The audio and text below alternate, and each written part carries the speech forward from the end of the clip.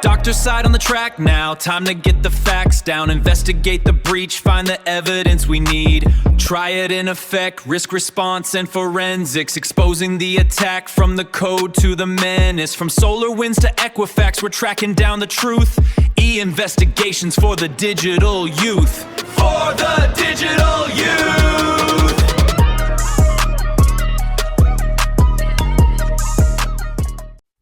Hello, and welcome to EInvestigations. I'm excited to kick off Week 1, Lecture 1 with a deep dive into the fascinating world of digital forensics.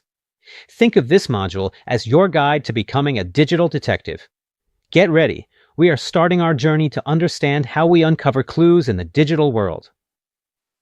Let's start with a core concept. What exactly is a security incident? Simply put, it's any occurrence that jeopardizes, without lawful authority, the confidentiality, integrity, or availability of information or an information system. I want you to focus on the CIA triad: confidentiality, integrity, and availability. If any of these three are threatened, or if someone violates our security rules, that's an incident. It's the first step in understanding why we need EInvestigations. Now we're building on the definition. Look at the common types, from malware that infects your system, to phishing where attackers trick you, to insider threats from within the organization. What causes them? Often it's simple things like weak passwords or forgetting to update software. The impact can be huge. We're talking about massive data loss, financial ruin, legal troubles, and a damaged reputation. It's a foundational understanding, so let's make sure we grasp this fully. Theory is great, but let's look at some real-world actions. We have everything from someone gaining full control of a server, remote root compromise, to simply leaving a workstation unlocked, using an unattended workstation. Notice the diversity. It includes technical attacks like data theft, copying databases with credit card numbers, and human factor attacks like impersonating an executive. The key takeaway here is that security threats are broad and complex. To emphasize the real impact, let's look at three major case studies. The SolarWinds hack shows us the stealth of a sophisticated supply chain attack. One weak link affects everyone. The Equifax breach is a painful lesson on the critical importance of patching known vulnerabilities. And the Sony Pictures hack demonstrates how destructive malware attacks can be. These cases aren't just history. They highlight why robust and adaptive security measures are essential. This slide is for your self-reading, but let's quickly discuss why it's here. It shows that security incidents aren't just about stolen data. They have tangible, real-world consequences. The FAA system crash in 2023, where a damaged data file grounded flights nationwide, proves that a single point of failure can lead to massive disruption in critical infrastructure. Now, let's pivot from the problem to the solution. The fundamental goals of information security. We focus on a crucial triad: prevention, detection, and recovery. Prevention is stopping unauthorized access in the first place. It's our top priority. Detection is about catching attempts or confirming when data is lost. And recovery is having the plan to restore data and resources when an incident happens. Effective security requires a holistic approach covering all three. Next, we move to the framework we use to manage security, the Investigations Triad. This is our comprehensive, multifaceted strategy for tackling cyber threats. It has three core components: vulnerability threat assessment, intrusion detection incident response, and digital forensic investigation. Each component is vital, and we're going to break them down one by one, starting on the next slide. As mentioned, the Investigations Triad is a holistic approach. Let's confirm the parts. First, vulnerability threat assessment is about knowing our weaknesses and managing risk. Second, intrusion detection and incident response is catching and reacting to a breach. And third, digital forensic investigation is the deep dive to find out what happened and why. Remember, they work together to effectively address security challenges. Let's focus on the first leg of the triad: vulnerability/threat assessment and risk management. This is all about being proactive. We identify and prioritize system weaknesses, then assess which threats could exploit them. Why is this important?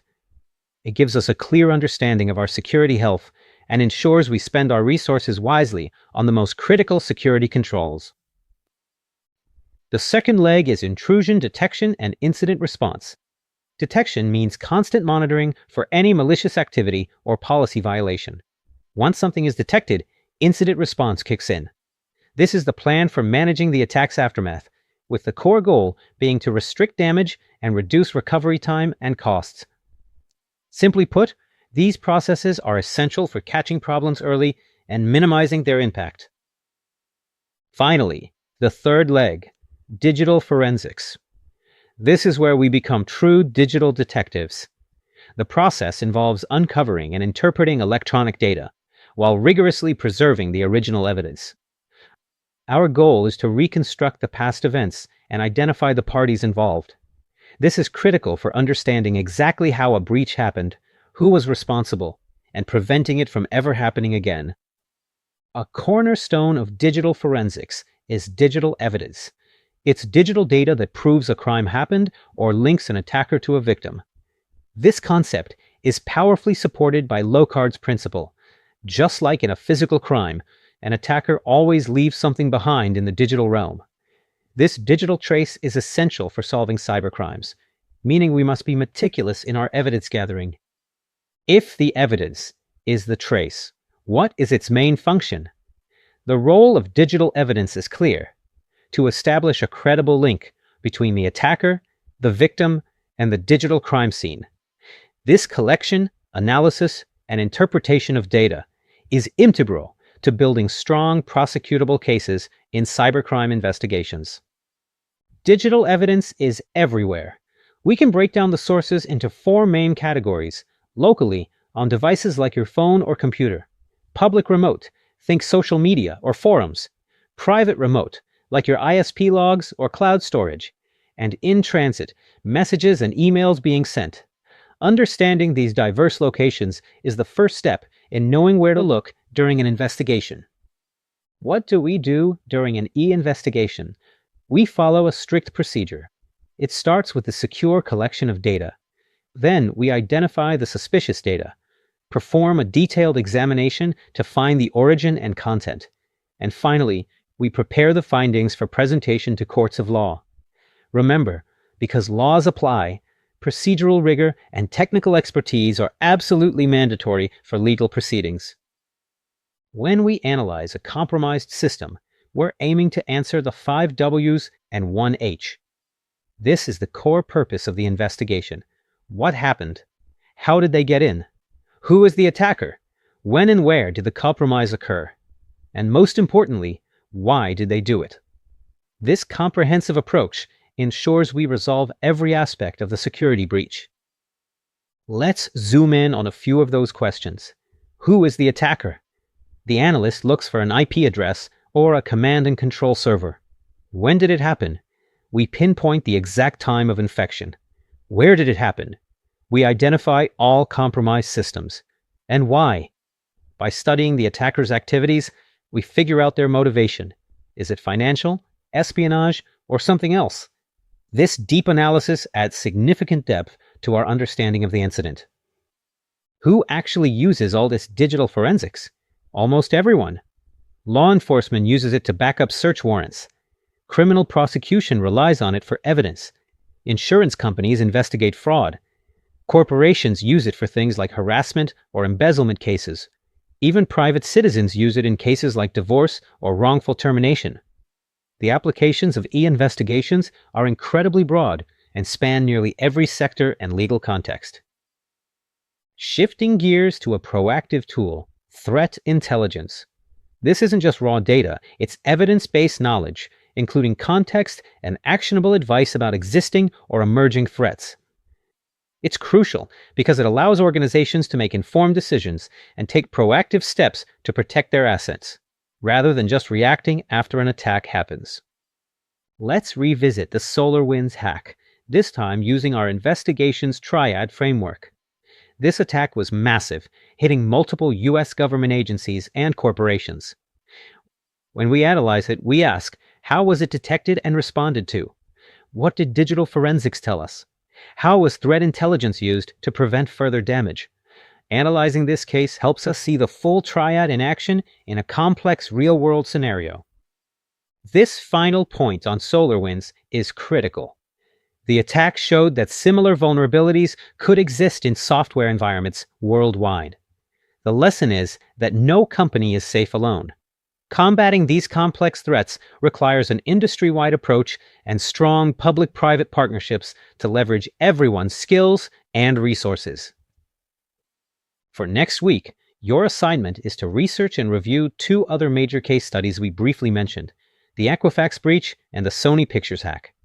Remember, Equifax teaches us about patching known vulnerabilities, and Sony shows the destructive power of malware. Be prepared to discuss the cause, response, and impact of these incidents in detail. This is a self-reading slide introducing the concept of the dark web. I want you to be aware of the tools and spaces cybercriminals use, such as Tor, the Onion router. The provided links to KrebsandSecurity.com are excellent resources to deepen your understanding of cybersecurity threats and activities, so take some time to explore those. Finally, something just for fun. This link takes you to a lighter article about the joys, or perhaps the challenges, of owning a rare OG email account.